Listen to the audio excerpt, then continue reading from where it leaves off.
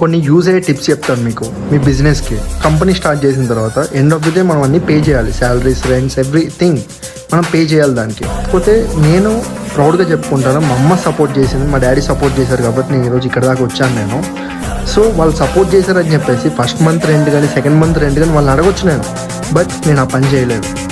Still last day వరకు నేను fight చేసేవాడిని, పోరాటం చేసేవాడిని. సింపుల్గా చెప్పాలంటే ఇట్లా నేను చేజ్ చేయాలి, నేను అనుకున్న టార్గెట్ని నేను చేజ్ చేయాలి, బెస్ట్ సర్వీసెస్ ఇవ్వాలి, ప్రొఫెషనల్ వెబ్సైట్స్ అని చెప్పి నేను పెట్టుకున్నాను. కానీ నేను అడగొచ్చు, డాడీ 10 daysలో రెంట్ కట్టాలి, డాడీ 10 daysలో నేను పే చేయాలి, వీళ్ళకి శాలరీస్ ఇవ్వండి అని చెప్పి.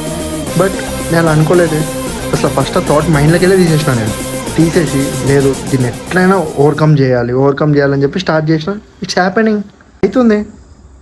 Believe me, build your vision. Me vision నేను స్క్రాచ్ నుంచి బిల్డ్ చేస్తాను.